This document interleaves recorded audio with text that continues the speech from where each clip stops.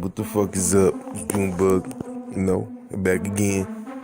And this ain't got nothing to do with hip hop, but had to report on this. Old dudes still in their gangster ways. I guess once a goon, always a goon. These motherfuckers old. 8-bag grandpas pulled off a daring $20 million jewelry heist. Some senior citizens with too much time on their hand pick up cards or dominoes as a hobby. And then there's the bag grandpas. 8 old men who pulled off some of Britain's most audacious jewelry heists, capturing some $20 million in precious goods. The plan began coming together over fish and chips at the Castle, a North London pub, in 2012. Ranging in age from 52 to 73 at the time, the Friends were some of UK's most notorious break-in artists and had served prison time for armed robbery, jumping bail, fencing stolen goods, and other offenses. At this point, however, they were generally out the game. Although they still enjoyed hanging out and reminiscing about their bad old days. Brian, the Governor Reader, 73, started complaining about being tight on cash, despite living in a home valued at nearly $1 million, and wondered what it would take to pull off one last job. His white whale? Hatton Garden Safe Deposit in London's Diamond District. Wow. It housed nearly 1,000 security boxes where local jewelers stole a fortune in gems, gold, and cash. Although a fat target, the place have not been successfully fleeced in decades.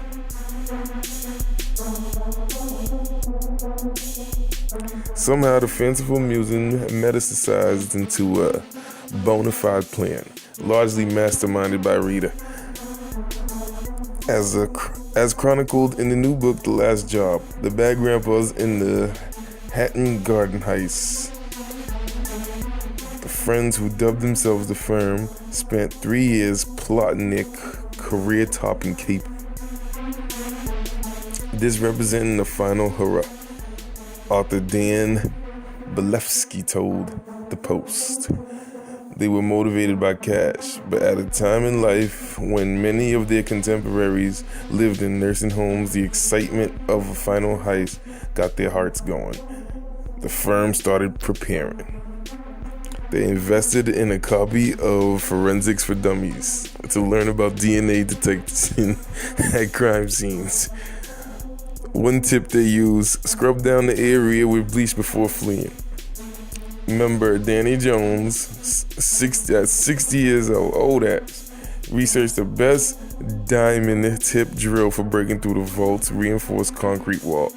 A 5200 Hilti DD350 with the capacity of 667 rotations per minute.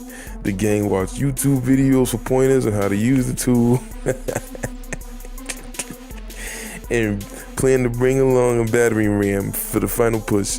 They allegedly practiced at the plumbing shop of plumber Hugh Doyle, 47 years old, whose neighbors heard the Firm trying out their drill. So that's what their gang was called, the Firm?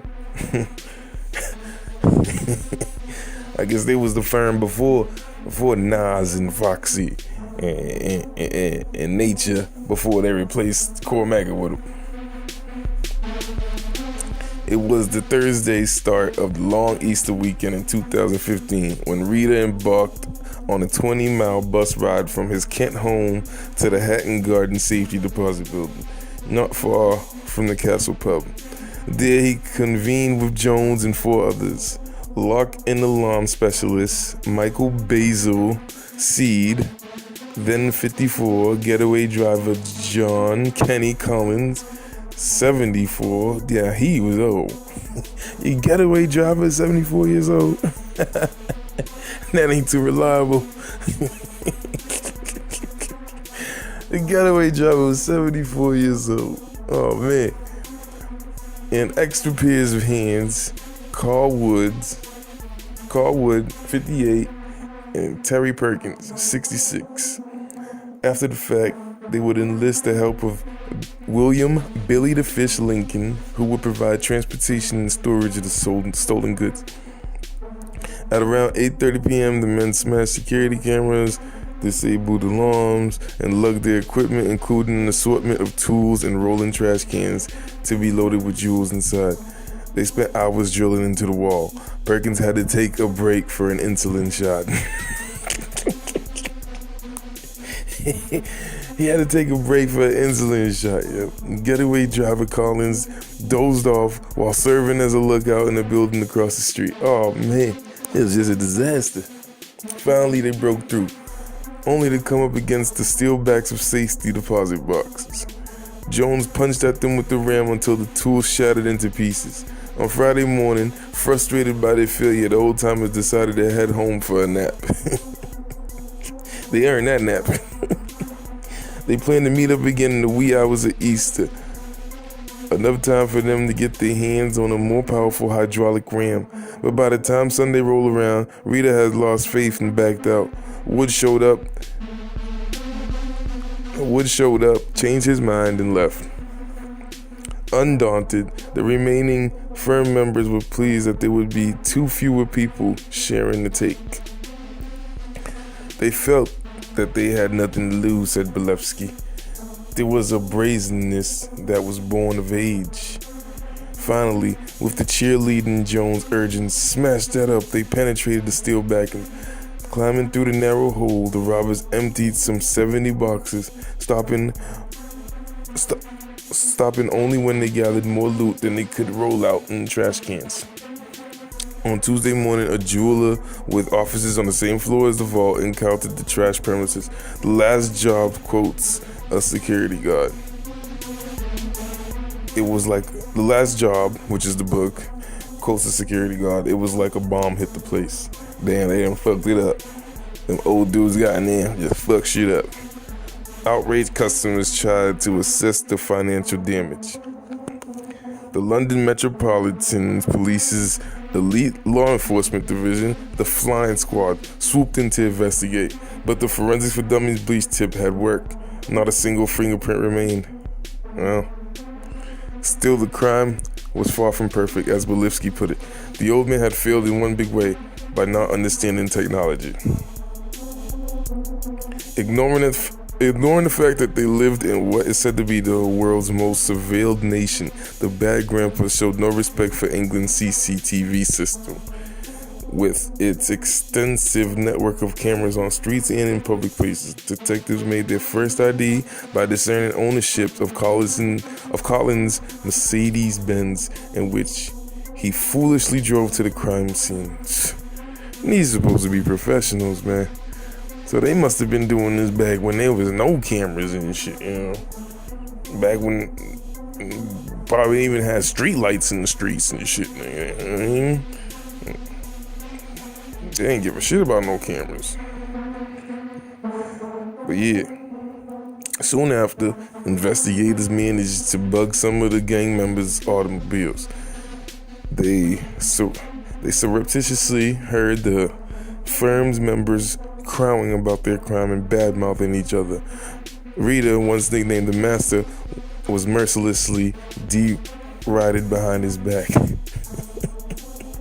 His former partners trashed him as an old ponce who talked about all our yesterdays and bottled out at the last minute. Immediately after robbing Hatton Garden, the crew stashed most of their haul in the garage of Lincoln's unknowing nephew, but took some of it home with them, storing the diamonds, gold, and cash in kitchen pots and pans, and in the case of Jones, under the tombstone of his girlfriend's late father. Then they went to the pub to celebrate. Some 6 weeks later, the firm started talking about splitting up the rest of the loot. They agreed to meet up at the home of Perkins's daughter to do the chop. Just as the men laid out the goods, along with the smelter for melting down precious metals, police busted in with a battering ram of their own. Taken by total surprise, the men mostly accepted their impending fate. Jones, however, bolted out the back door, gaining only a few yards before being tackled and handcuffed by officers. Damn. He's too old to be getting tackled. Rita was apprehended at home.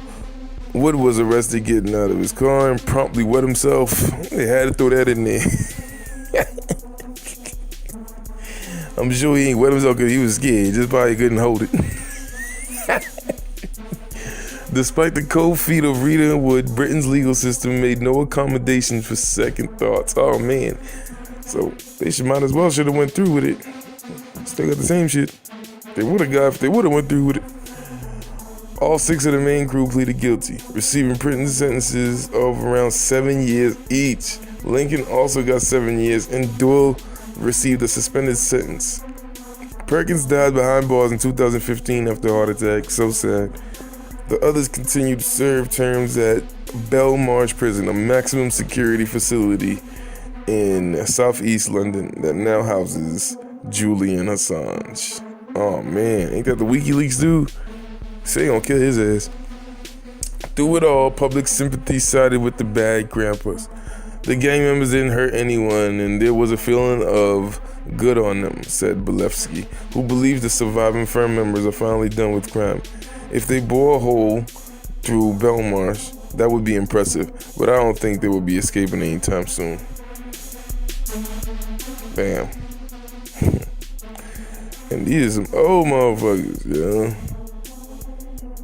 But damn, the fool who changed his mind, the 2 fools who changed their mind at the last minute still got time. Still got the same amount of time as the dudes that did go through it.